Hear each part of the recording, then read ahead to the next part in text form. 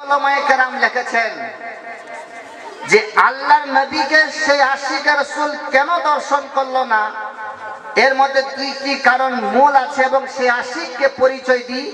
একটু মহব্বতে দরুদ শরীফ পড়ে, আল্লাহুম্মা সাল্লি আলা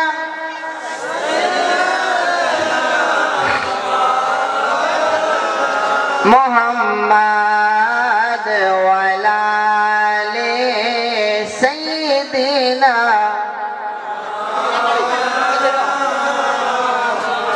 মিল্লাতে ইসলামে আমার দিকে একটু তাকিয়ে দেখুন বাবারা, কোন আশিক ছিলেন, কাকে আশিকে রাসূল বলা হয়, তিনি কেমন আশিক ছিলেন, কেমন নবী পাকের দিওয়ানা ছিলেন। আমার নবী পাক সাল্লাল্লাহু তাআলা আলাইহি ওয়াসাল্লাম এক সময় নিজের জামা মোবারকের এইভাবে বোতামগুলো খুলে দিয়ে সাহাবীদেরকে বলছে, সাহাবীরা আমার রে, ইয়ামান দেশ থেকে আমার এক বন্ধু আছে, সেই বন্ধুর সুগন্ধি আমি নবী আহা, ইয়ামান হচ্ছে অন্য দেশ, নবী আছে আমার মদিনায়।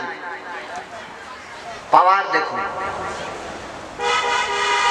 কি কারণে দেখা করলো না, শুনুন। সত্যি আজকে আমরা মাকে কষ্ট দিচ্ছি, বাবাকে কষ্ট দিচ্ছি। আজকে আমাদের বিচার প্রধানের কাছে হচ্ছে, মায়ের বিচার আমার নেতাদের কাছে হচ্ছে। ছেলে মাকে দেখতে পারে না, ছেলে বাবাকে দেখতে পারছে না। হা হা হা রে, পীরের পিছনে পিছনে আমরা ঘুরে বেড়াচ্ছি, পীর সাহেবের দরবার ঝাড়ু দিতে হবে, শেখ মাশায়েখের খিদমত করতে হবে, সন্দেহ নেই। পীর মাশায়েখের পিছনে পিছনে থাকলে নিশ্চিত তাদের নিগাতে আমাদের অন্ধকার কলব বেদার হয়ে যায়, বলুন সুবহানাল্লাহ। কিন্তু সব চাইতে বড় পীর কে? পীরের দরবার ঝাড়ু দিয়ে কখনো আল্লাহ রাজি হবে না যদি মা অসন্তুষ্ট থাকে। মা যদি অসন্তুষ্ট থাকে, আপনি কাবায় গিয়েও যদি নামাজ পড়েন, তবু নামাজ কাবিলে কবুল।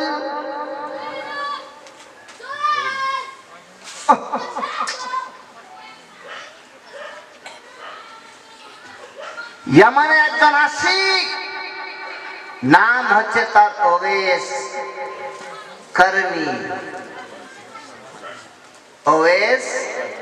করনি, বাবার নাম হচ্ছে আমির।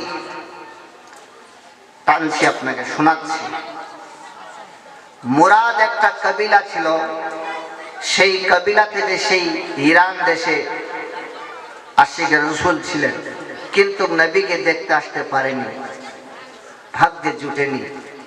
যদিও একবার এসেছিল, নবীর সঙ্গে সাক্ষাৎ প্রকাশ্যে হয়নি। কেন? সেই আবেশ দুনিয়ার আশিক ছিল না, তিনি ছিলেন সত্য আশিকে রাসূল, যিনি সেই আবেশের কাছে সেরকম কোন কাপড় নেই, একটা পুরনো গুদলি, তার মধ্যে